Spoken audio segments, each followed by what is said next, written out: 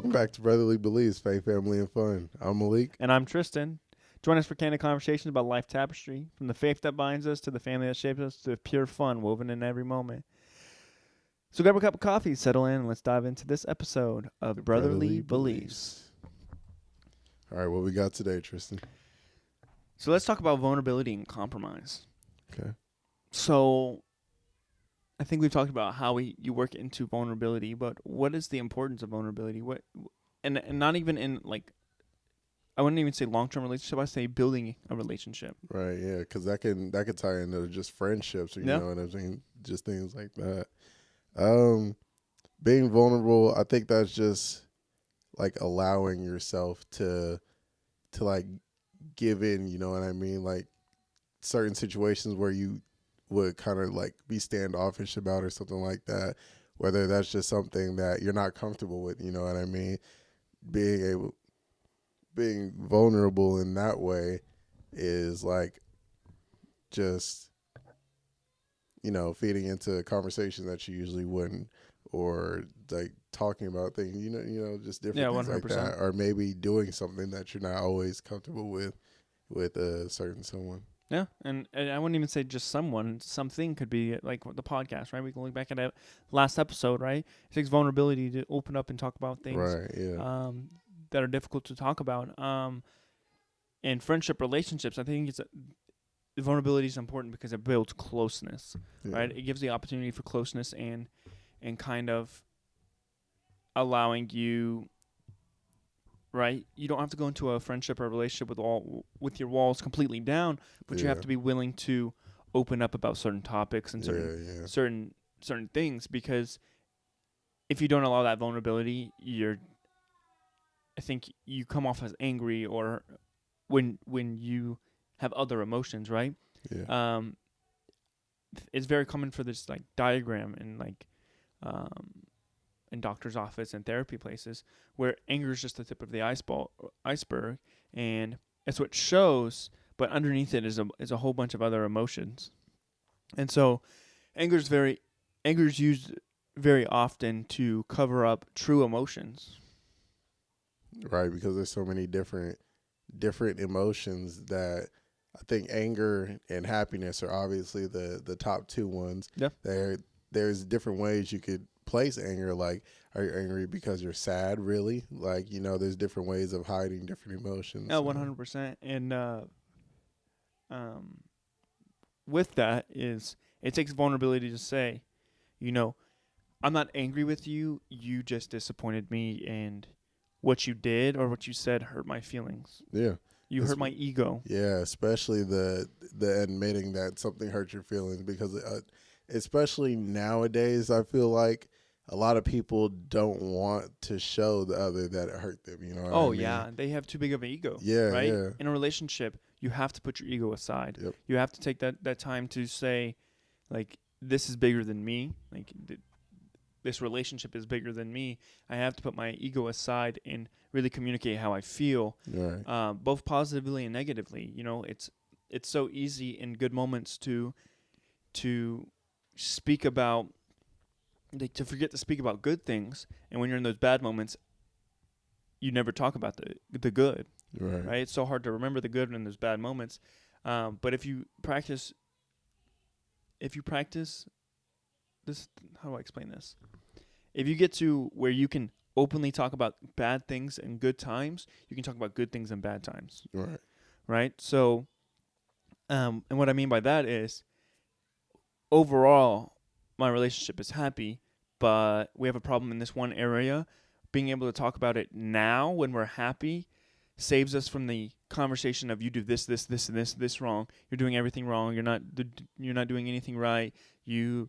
I'm not feeling fulfilled, or whatever else. Because everything's bottled in until it gets to that bad time, and then everything is coming off as an attack almost. You know 100%. And then it's harder to, when you're having that bottled up emotion and it finally releases, it's harder to find the good because you're overwhelmed with the bad. Mm-hmm.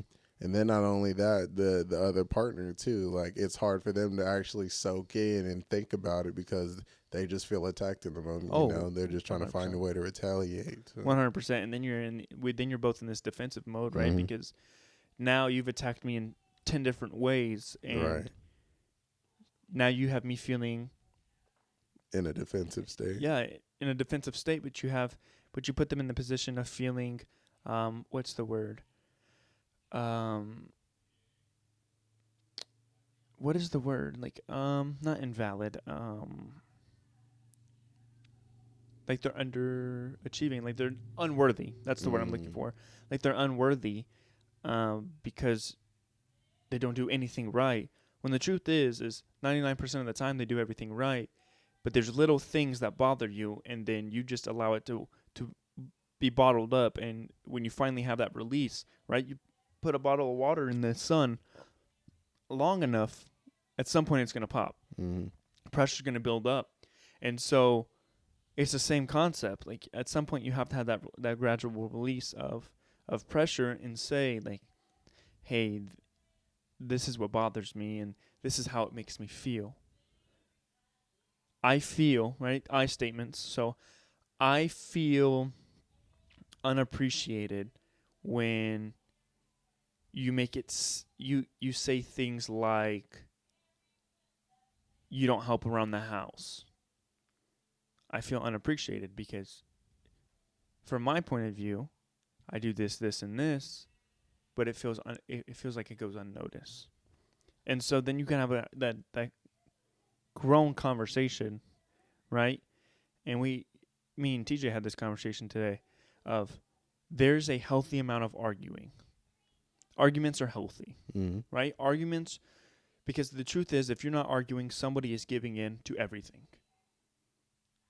There's and it's not in a place of compromise. It's not right. No. like we're meeting in the middle. It's I'm giving in to you because whether it's fear-based, like fear-based as in fear of abandonment, like I'm afraid you're going to leave me if I don't agree with you.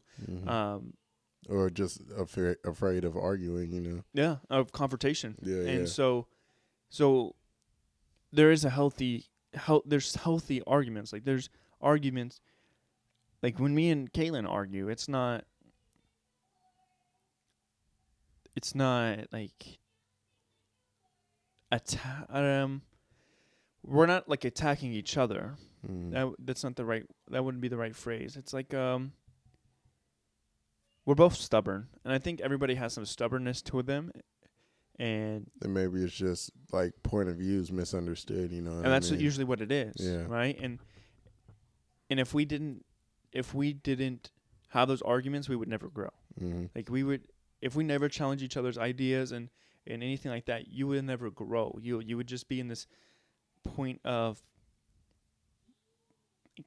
like a static state. Yeah, 100%, and that's how you get into a roommate state. Where you just feel like roommates, you feel like you just live with each other because there is no like battle between the two. There's no challenge of learning, like, or anything like that. Everything we just talked about, like halfway, like going back like 5 minutes, we just talked about more on the relationship side of things, you know, or like partner, you know what I'm saying? So as far as friendships, I feel like talking about things that upset you is like good too. I guess it just depends on the level of vulnerability / comfortability of having conversations like that, because I feel like I could come to one of my friends and be like, hey, this bothered me, and like the situation would get resolved a little bit easier than maybe if I were to talk to like my partner, you know what I mean? Or maybe it's the other way around. So it just really depends on the person or just the relationship. Yeah, 100%. And I think there's a different level of vulnerability with different circles of friends, right? You have your family. Oh no. Let me say that. You have your immediate family. Yeah, you have your immediate family. You have your family, right? Immediate family would be you, Savannah, Zaylin, and baby. Yep, baby. Mm-hmm. I almost slipped up. We just don't know what we're gonna say yet. We're gonna call him. What his name's gonna be? No, I almost said the other. You know what I'm talking about? Yeah. That's what I almost said. And then family would just be like, where you came from, your like parents, your in-laws, siblings, your siblings, right? And then your friends, right? And I'd say there's three levels of friends. You have your inner circle, your outer circle, and your acquaintances, right? So your inner circle of friends is you're gonna have more vulnerability than that outer circle, and your acquaintances you're probably not gonna have. Slim to Yeah, none. slim to none. And that's just people you know, right? Right. Yeah. Um, Not somebody you would consider as close. yeah, and so you'd probably no, it's a fact, not probably. 100% you're more vulnerable with Savannah than you are with me, right? Right. Yeah. But you're probably more vulnerable with me than some of your friends. You know what I mean? Yeah. And so it's just different levels of those relationships, whether it's platonic or romantic. It is a basis of where that vulnerability lies. And in order to grow that closeness, right, you got to think about it. That outer circle, you're not as close as you are with that inner circle. Right. And that inner circle, you're not as close as you are with your family and then your immediate family. And so how do you build that, right? With vulnerability, with sitting down and having talks about points of view or getting advice or things that are bothering you.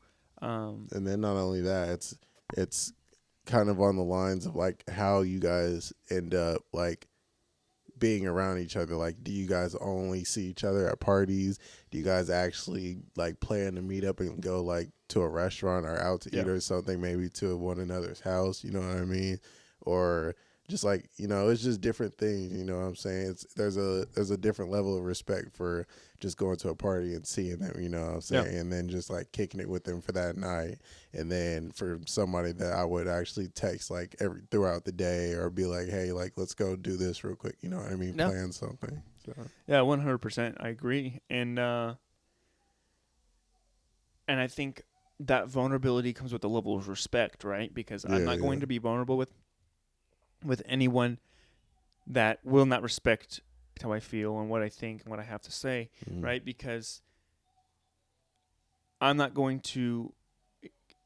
And then especially your boundaries and your family as 100%. Well. 100%. And not only that,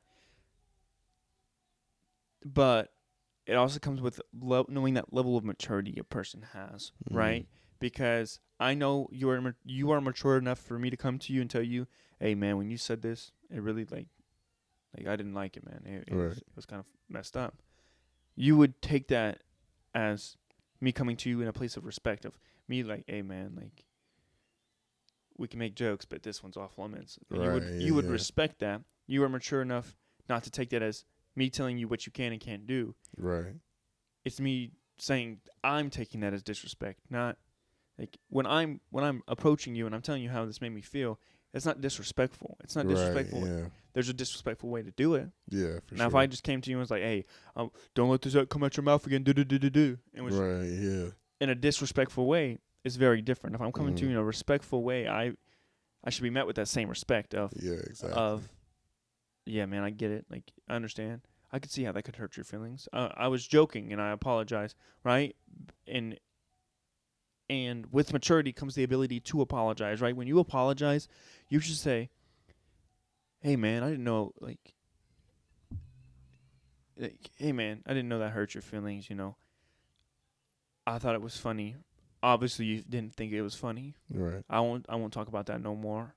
I apologize, right? You should apologize for what you did, how it made them feel, and what you're going and explain what you will do differently. Because if I'm just like, sorry, man, and keep pushing, now that doesn't seem sincere. You didn't address anything. And you're not getting any like reassurance from that either. Yeah. I'm sorry. You're sorry that I hurt my feelings, or you sorry that you did it? You know what I mean? Like, there's a difference. It's I'm sorry you got mad. What? Yeah, that's exactly. That's wild. Yeah. Like, and then while we're talking about vulnerability, we spoke about friends, and we spoke about our partners and immediate families and families. How would vulnerability fall between, like, say, you and your siblings versus you and your parents? You know what I mean?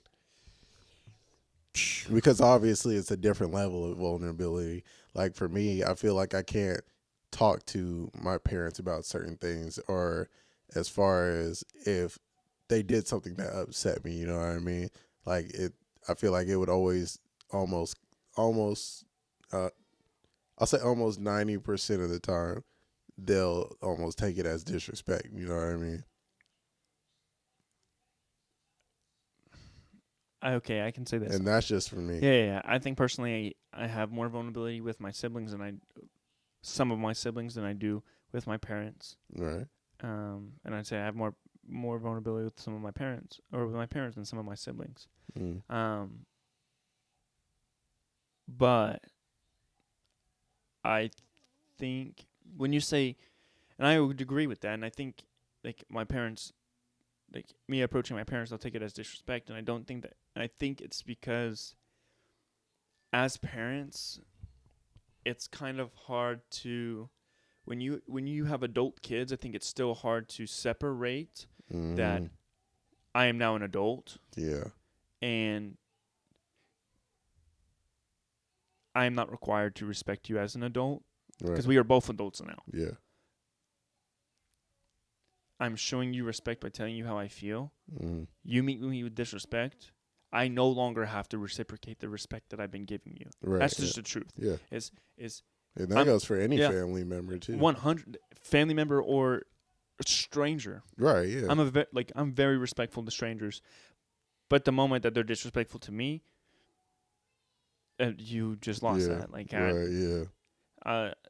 so as an adult, two adults, we should be able to sit here and have a conversation about how what you did made me feel. Yeah.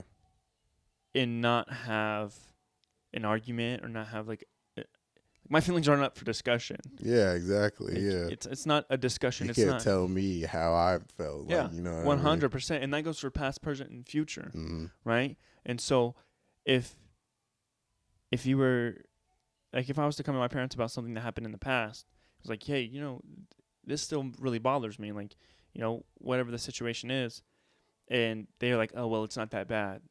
Yeah, or like, well, that was so long ago. Yeah, 100% is. It's something I still live with. It's something I still battle with. It's something that still bothers me, that I still think about. Like, and so it's kind of that level of.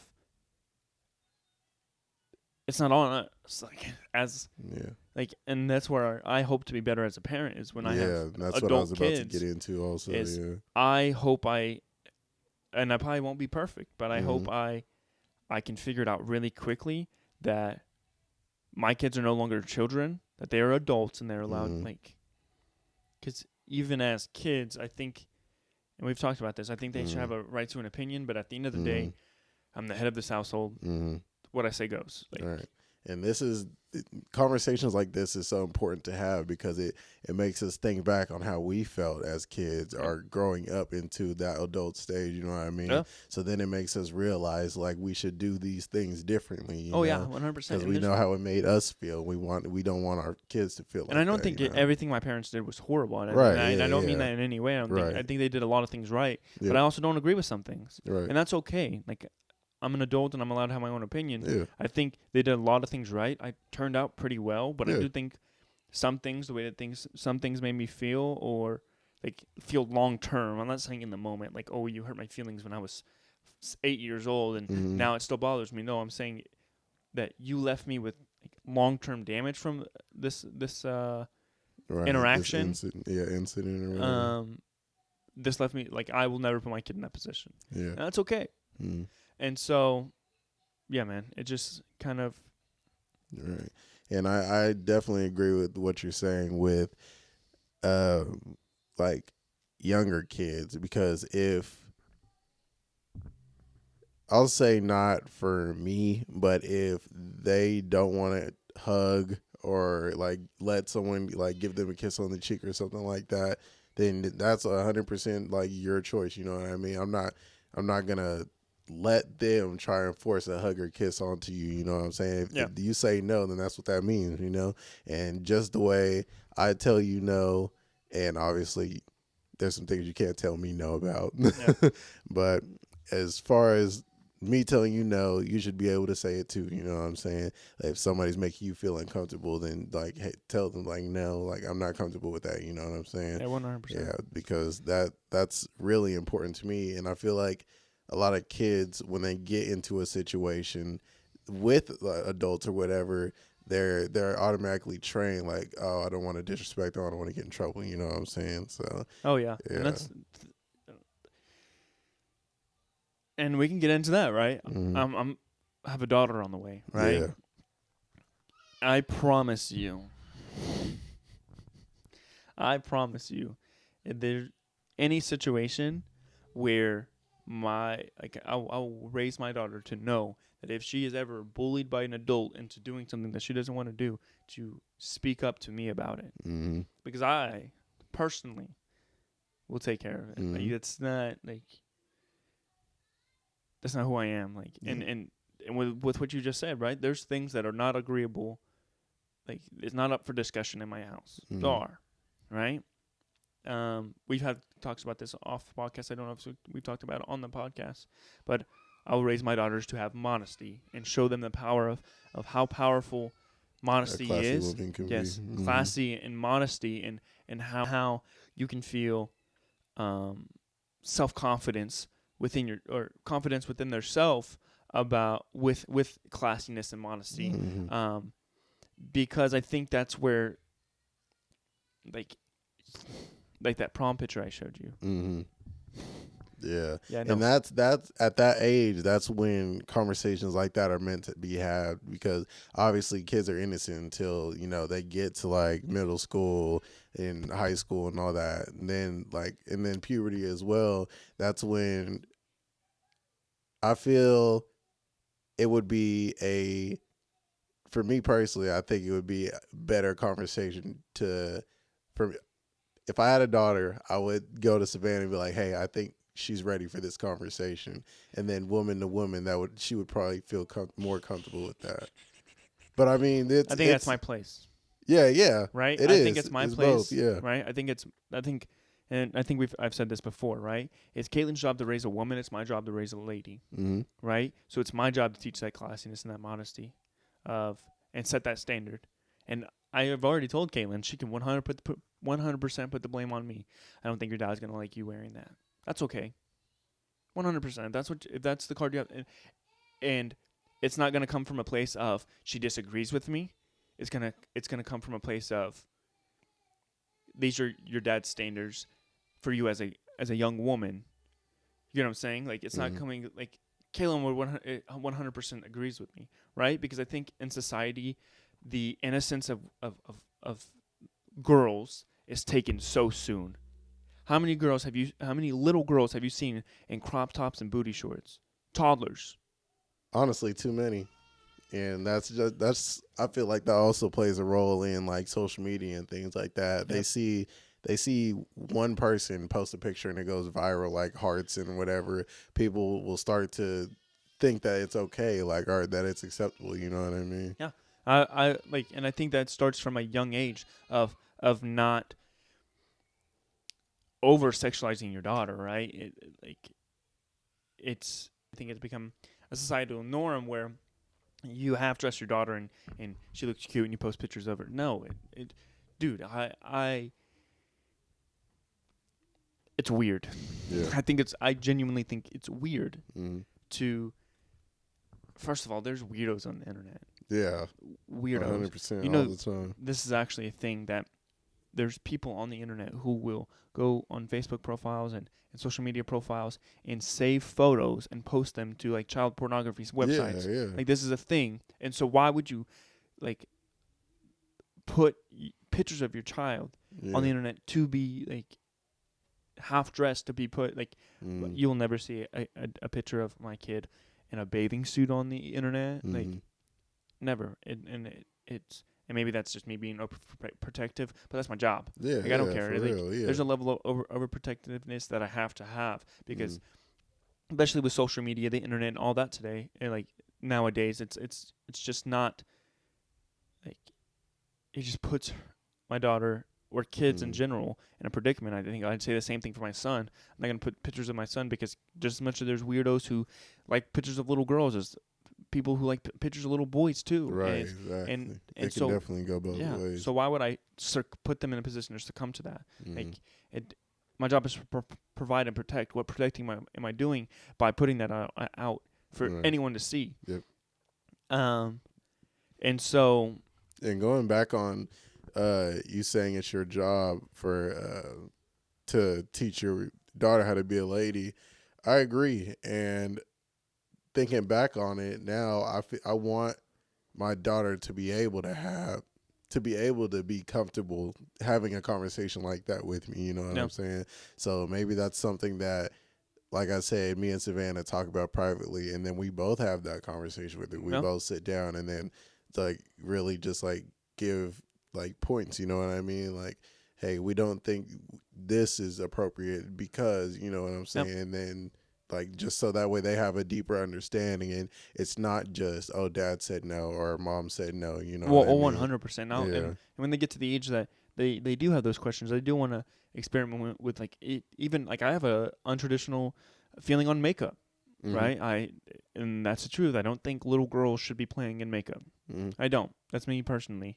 You're from from a young age, you're developing this sense of like like reliance on makeup, and I don't think it's okay. Like where you see little girls with their full makeup done that like their mom does, like that's insane. Like Mm-hmm. why would you like you're building self-confidence issues from a young age. Mm-hmm.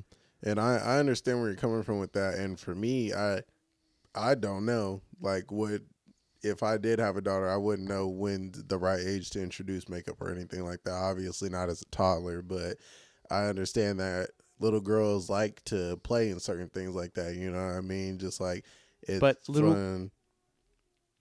but little girls play with things that are around them, right? They can't play with makeup if it's not provided to them.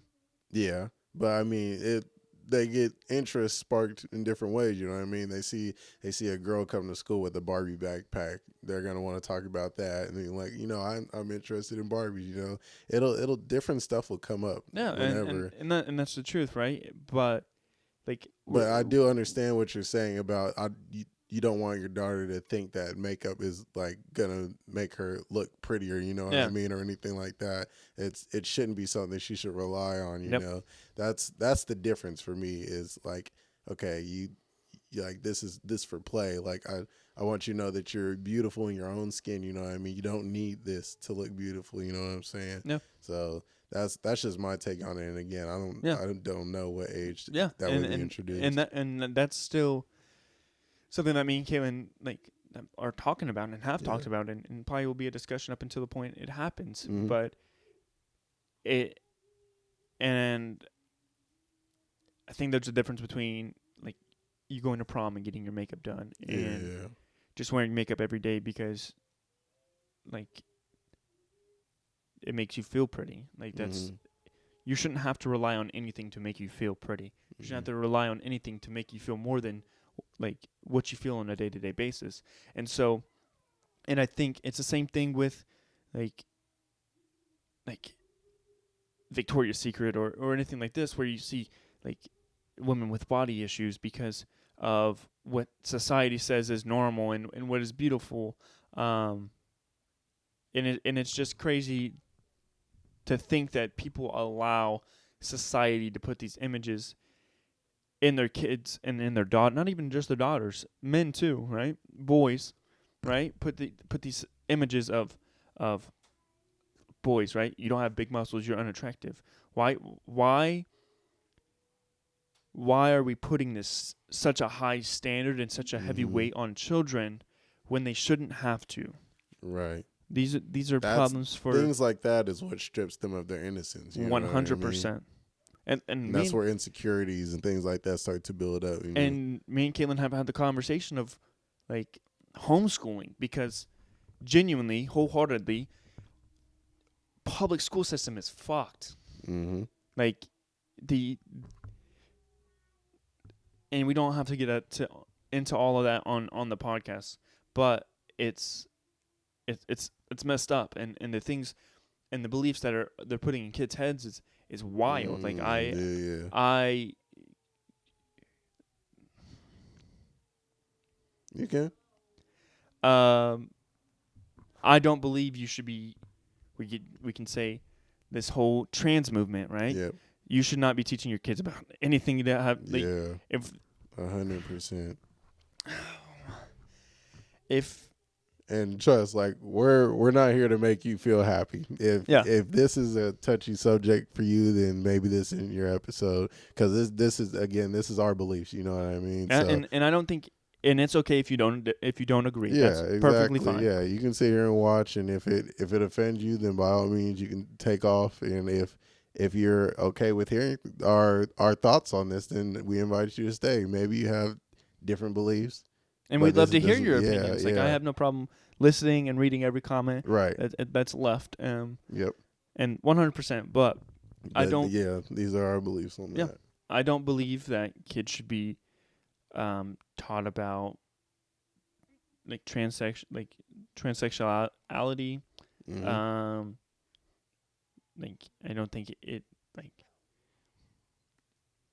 Because that also strips them of their innocence. yes, 100%. And I truly 100% believe there's only male and female. Yeah, 100%. That is it. Yeah. So and I'm not disrespectful. yeah. Right? Whatever you want me to call you, I'll call you. But I do not have to agree Right. with the fact that you are a man who wants to be a woman or a woman who wants to be a man or any of the in between. Right? I don't have to agree. Right. That's the truth. Yep. And it's a difference because we're on the kids subject, because we're talking about public schools and things like that. All that stuff is being shown in public schools, but like why? You know what I mean? Like there's no reason to. Like there's no reason to teach children about sexuality. Right, exactly. Yep. None.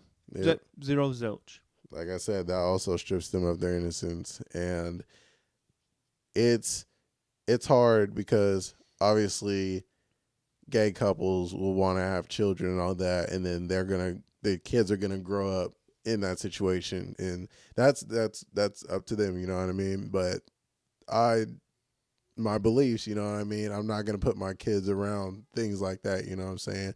And obviously as they grow older, there's gonna be kids that want to be gay or whatever in school or stuff like that, but that's my job to teach my child until they get to the age where they can make their own decisions. Like that's not right, you know what I mean? Yeah. Biblically, that's not right. Yeah, 100%. I agree, and I'm not going to, in saying that, I'm not going to teach them to hate. Right? It's not coming from a place of like it's the same thing with sexuality, race, religion. I'm not going to teach them to hate somebody who thinks differently or feels differently, right? But I will teach them that you don't have to agree. Right. You don't even have to agree with me. You don't have to believe the same thing I do. Right. Right?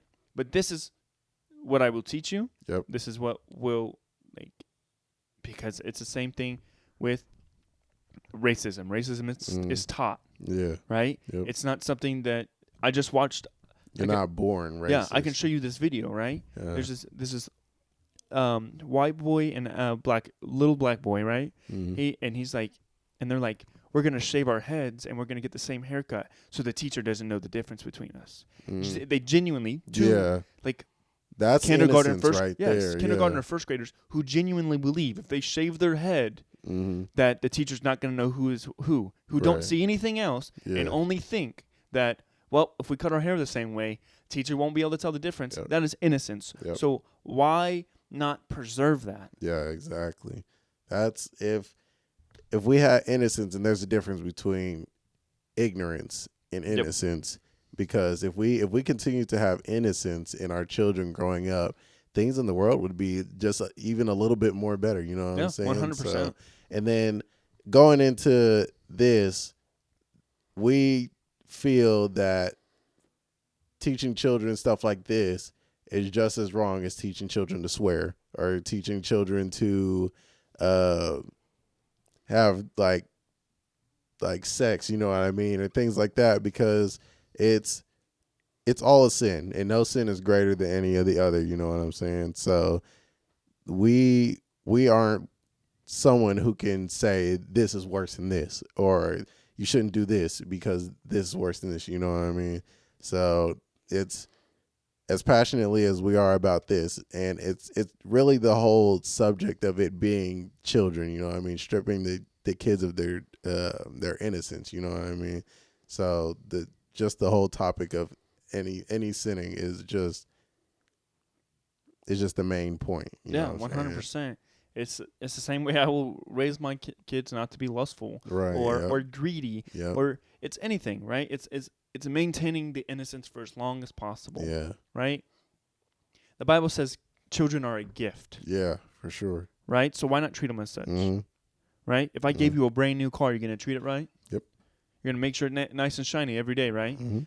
Exactly. So why would you not preserve Mhm. what's been gifted to you? And then in the Bible, somewhere in Matthew's, I don't remember where, but it says that like those that are sinning will obviously fall, but those who teach the children because they are a gift will end up worse than just if you were just to sin on yourself, because they're so innocent, you know what I mean? You're teaching them to do wrong as well. So Yeah. that you're gonna get a worse punishment. And it's all comparable. Like, would you send your kid to a school who teaches racism or extremism? No. Like I was like, no, obviously no. Yeah, like why? Like, it's the same. Like, Mm-hmm. it's not their place. Right. It's not their place. Yep. Like, they're here to learn Mm-hmm. and be educated about math, science, Mm-hmm. like not sexuality and social norms or anything like that. Right. It's educational, Mm-hmm. like by the book, like and so instead of and genuinely instead of teaching about sexuality, why aren't you teaching about taxes? Yeah, exactly. Why aren't you teaching like cursive anymore? Like, Yeah. like actual things that matter. Like, yeah, signatures are still a thing. I will never understand why they took out cursive in schools. And I'm thankful that I was able to go through school when they had cursive. And I guess a few years after my class, they stopped doing that. But signatures are still very much a thing. I don't understand why they took that out. it all goes hand in hand. Is we have so much more important things to teach Yeah. our kids, right? And I've been looking. Then I had. I don't know if I talked about this on the last podcast about cargo flight. You talked about how you wanted to do that for a job. And I had a boy who was a cargo pilot. Yeah, yeah. And he made $500,000 in the first 6 months. 6 months, yeah. Right? Took the rest of the year off. And me and Caitlin talked about it. I said, if I'm making that money, you're staying home and homeschooling the kids. Mm. There's no fight. There's no argument. I mean, the truth is that $500,000 in 6 months, we can afford it and then some. Mm-hmm. As long as we live within our means, right? So, because that's the goal. The goal is for my kids to be homeschooled 100%. Because I don't agree with like the system of public schools, and yeah, man, and that's just the truth of it, right? And I think there's so many more benefits, and I get to travel a lot. I would be able to travel a lot more, right? Because homeschooling is like not stationary. We can do it wherever we want in the world. Yeah, yeah. And so yeah, that's genuinely how I feel. And homeschooling is like 4 hours a day.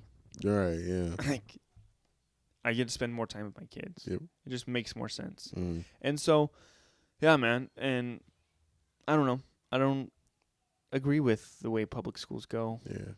And I 100% agree with that. But the one thing that I think about a lot when people talk about homeschools is like socialization. You know what I mean? So, and obviously not obviously, but I haven't put much thought into homeschooling, you know what I'm saying? Like as an option for my child. So how do you go about that socialization? Yep. I looked at it, right? They can still do sports, right? So like, 259 USD 259. Mm-hmm. If they're homeschooled within USD 259, they can still play sports for like their local high school, right? And you still have other activities like other places for them to socialize, right? They have cousins. Mm. We have friends who have kids. like there's still social activities we can do, right?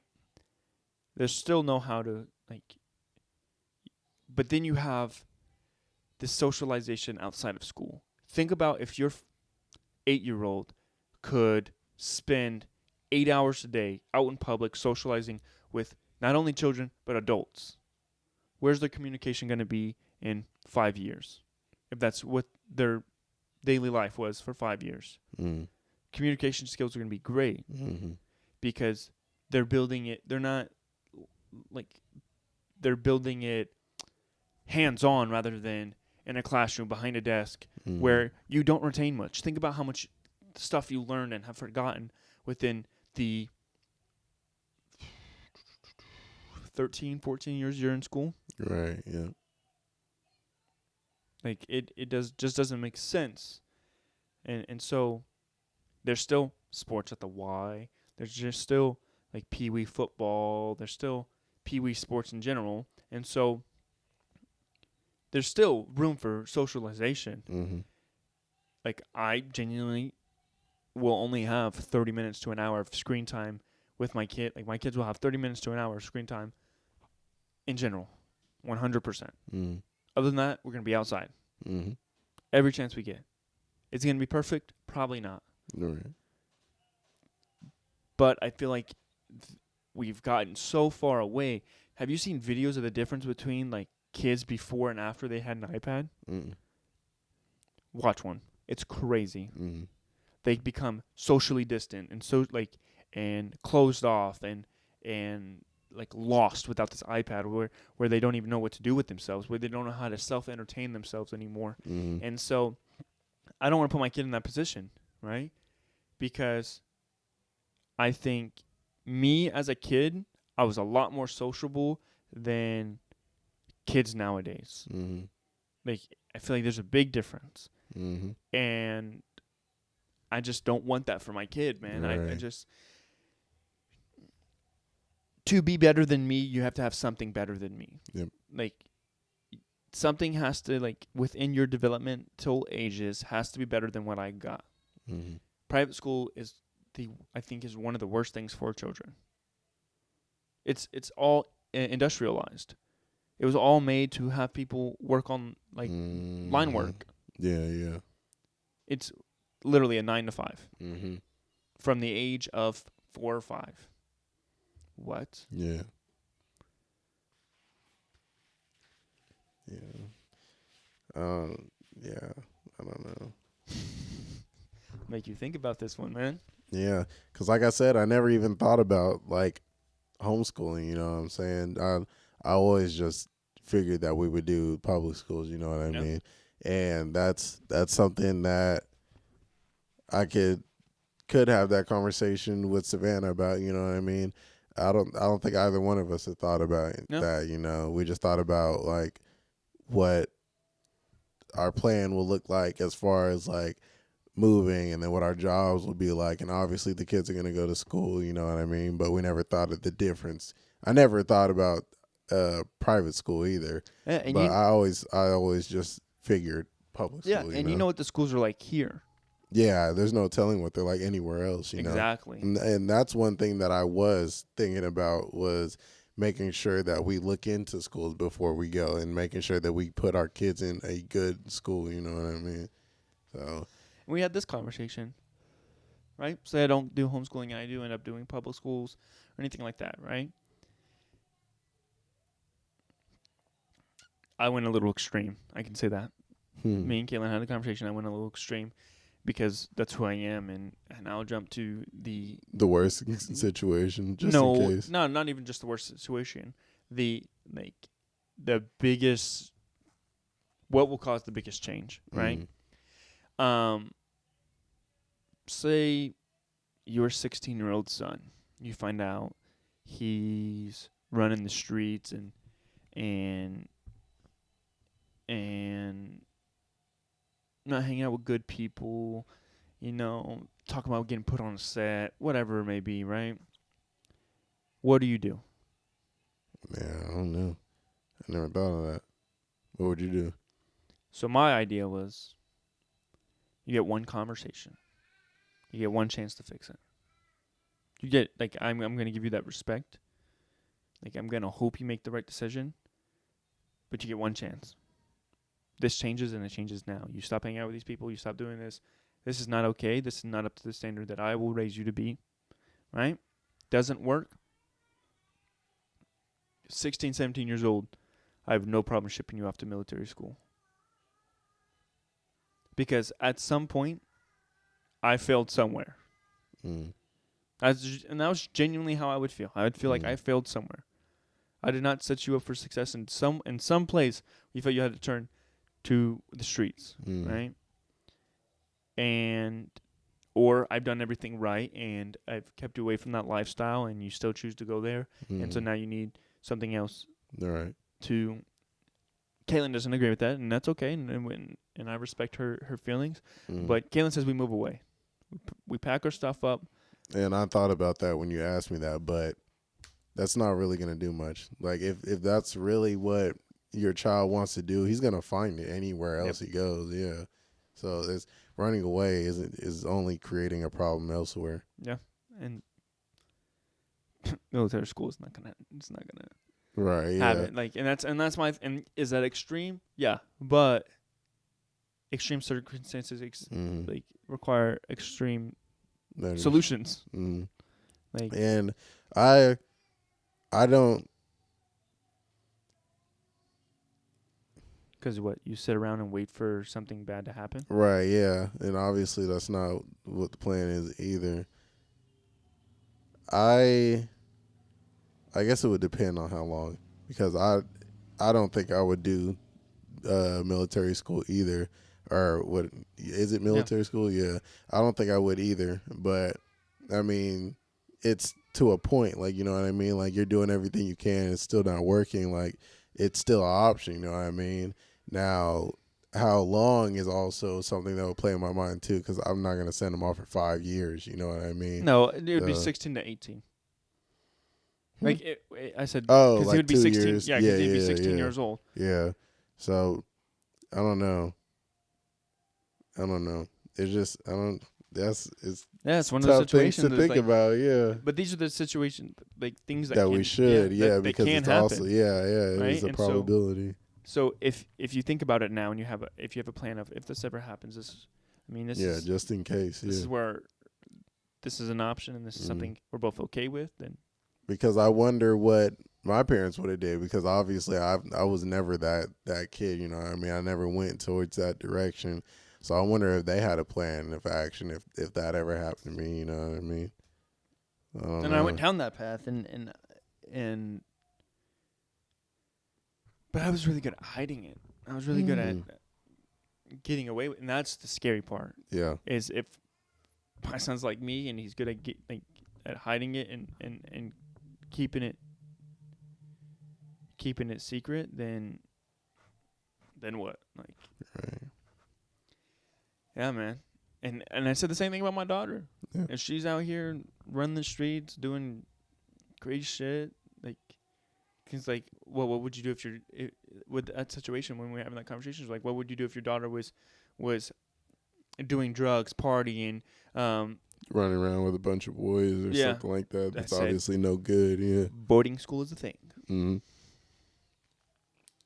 Matter of fact, I'm pretty sure females are allowed in there's military schools for females now. Yeah, that's what I figured too. And so, it's an option. Mm-hmm. I'm not gonna treat you like, just because you're a girl, you don't get treated differently. Like, exactly. You're still not upholding the standard, and I would put you in a place where they're going to force you to succeed. There is no failing. Like, sorry, hate to break it to you. Right. And so, I don't know, man. And I thought about private schools, like, where it's like a Christian-based school.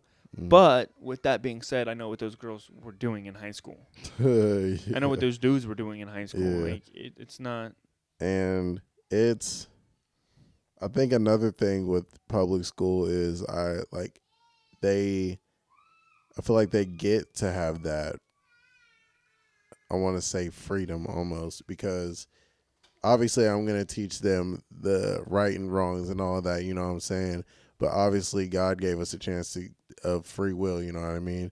and God like let us or is wants us to teach our children right from wrong and all that, and teach them about the Bible and God and Jesus Christ and all of that. So, but it also says that with they get to an age where they know their right from wrongs, they have that free will, you know what I mean? So if that's where they have to like go through life and understand and figure out like what's gonna work and what's not. You know what I mean? Yeah. Like what's gonna cause them to fail in life. And I won't let them mess up their life, but I will let them fail because Yeah. I think that's important for them to know how to come back from failures. Oh yeah, and that goes from even a young age, right? When when like kids are exploring, right? You can't allow a kid to hurt themselves, Right. but you have to allow them to fall, Yeah. right?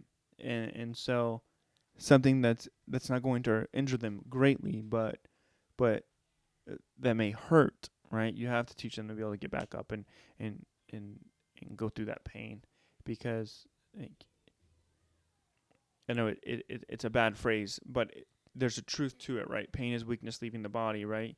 And so there is a level of pain that you learn from, Mm. right? There's a level.